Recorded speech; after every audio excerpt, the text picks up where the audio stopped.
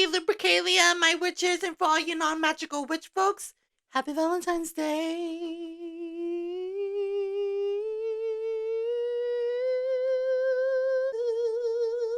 Marry me, my witches and wicked, and welcome to Worldwide Witchy Wicked Wednesdays. I am your host, Moon Witch, and today we're going to be talking about Valentine's Day and what does it have to do with this week's Wednesdays, right?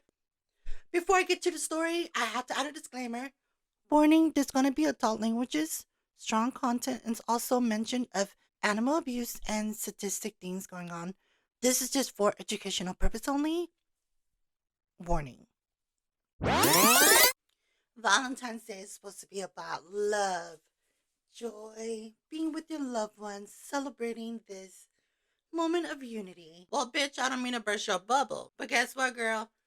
Lupercalia and Valentine's Day, let me tell you what really happened. We're going to be talking about Lupercalia and how it came to be, right? Or in other words, the pagan or Roman holiday for Valentine's. Now, did you know that back in the days they used to have orgies? Am I allowed to say orgies? Orgies. Lupercalia, Valentine's Day, and St.Valentines. What does this have to do with the witchery? Now, Lupercalia was a festival on February 15th, not 14th. Some people do it on the 15th, some people do it on the 14th. Yeah, if you're broke, there's some change.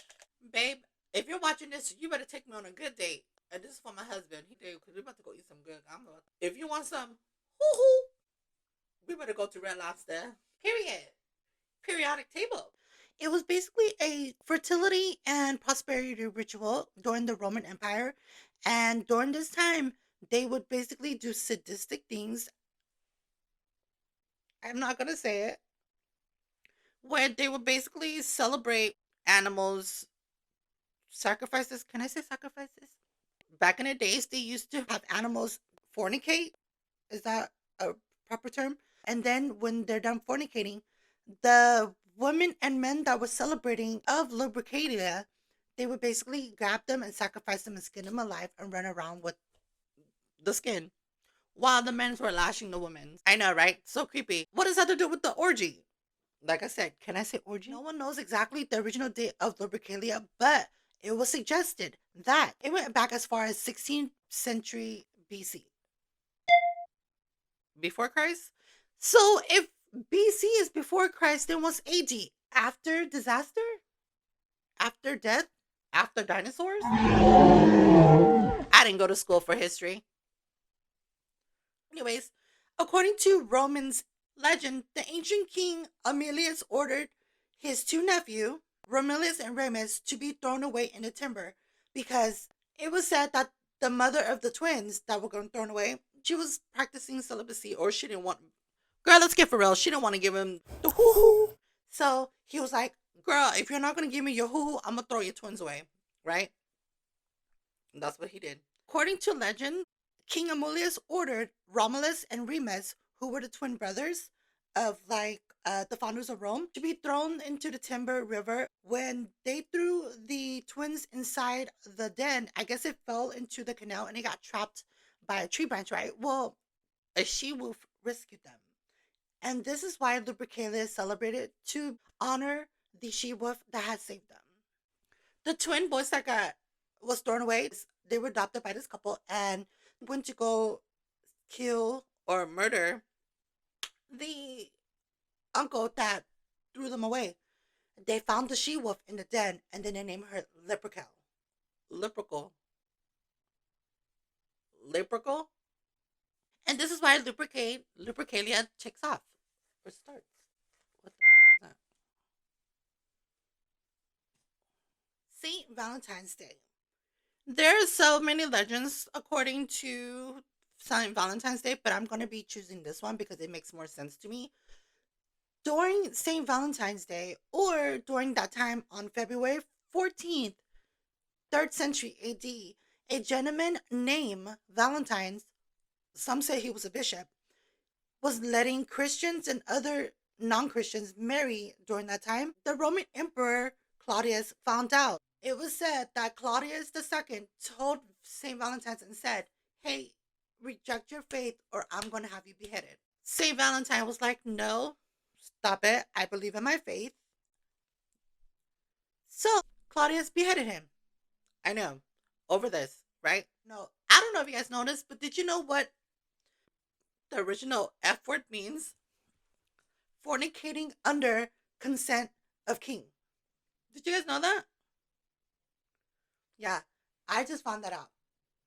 I don't know if I'm allowed to say that, but I just thought I put that in there. I was just like, wait, what? That's what it means, fornicating under the consent of king. Roman emperor, that's where the saying comes from. Claudius will not let them consent to marriage unless he let them to, or even fornicating. No, this video's not sponsoring or condoning fornication or orgies.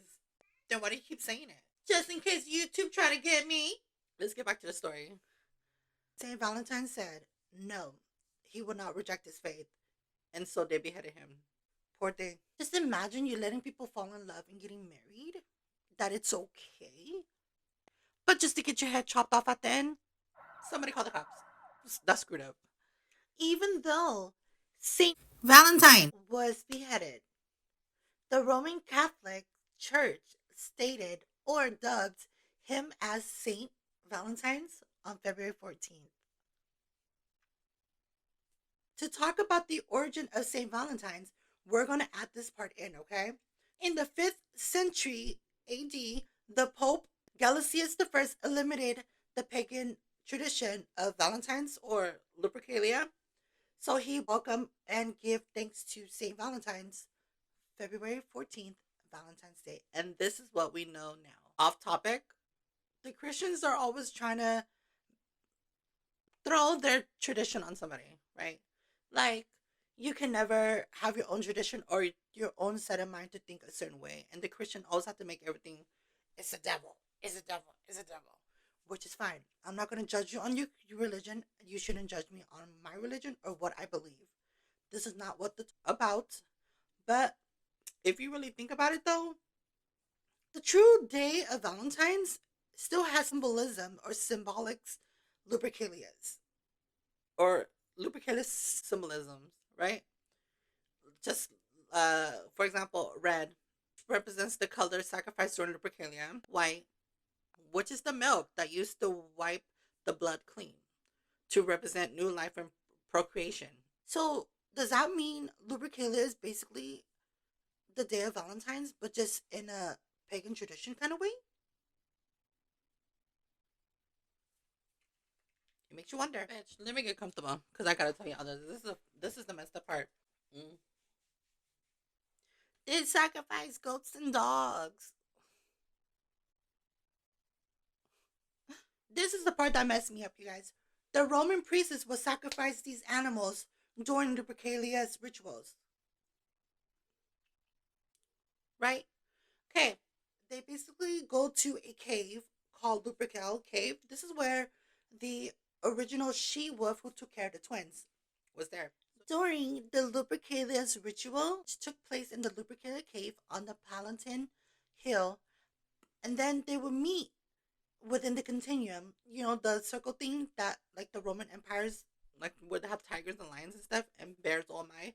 During the festival at the Lupercalia Lake Cave, they would sacrifice the goat and then a dog,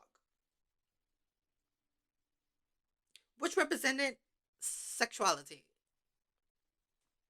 A dog, you guys. That's oh God, people are effed up.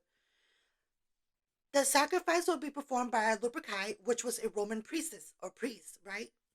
Afterwards, the foreheads of the naked Luperci were smeared with animal's blood on their forehead by a sacrificial knife.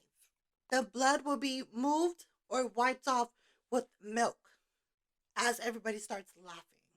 Some people are just messed up in the head. Let me tell you that. Because this is a story that freaked me out. I was not ready for that. I was just like, what the heck? When the feast of the Lupercal was over, they would start doing sadistic things. Women would be running around naked while the men were whipping them. During Lupercalia, after the festival, and then after they eat, right, the men will pick out names of women in a jar, and then throughout that, to the next year, they will either fall in love, get married, or just fornicate.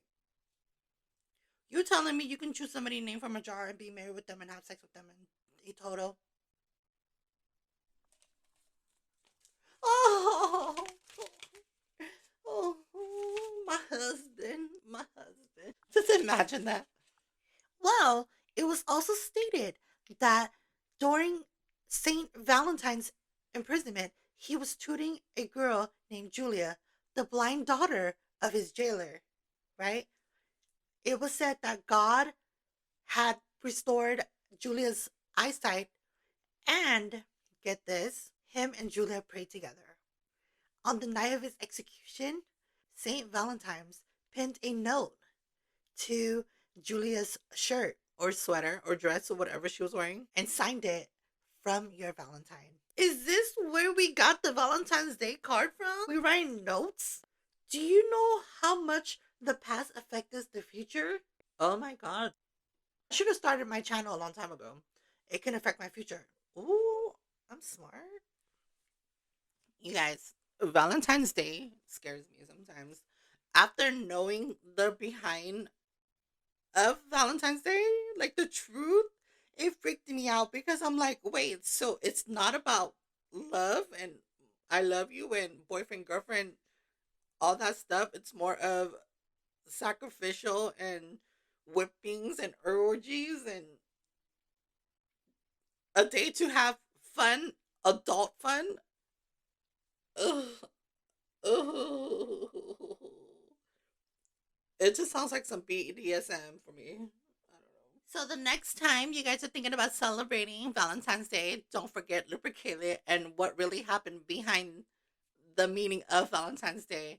Sorry to mess you up. Call the cops. With that being said, thank you guys for watching. Don't forget to subscribe and like this video. Blessed be my witches and Wiccan. I'll see you next week on Witchy Wednesdays.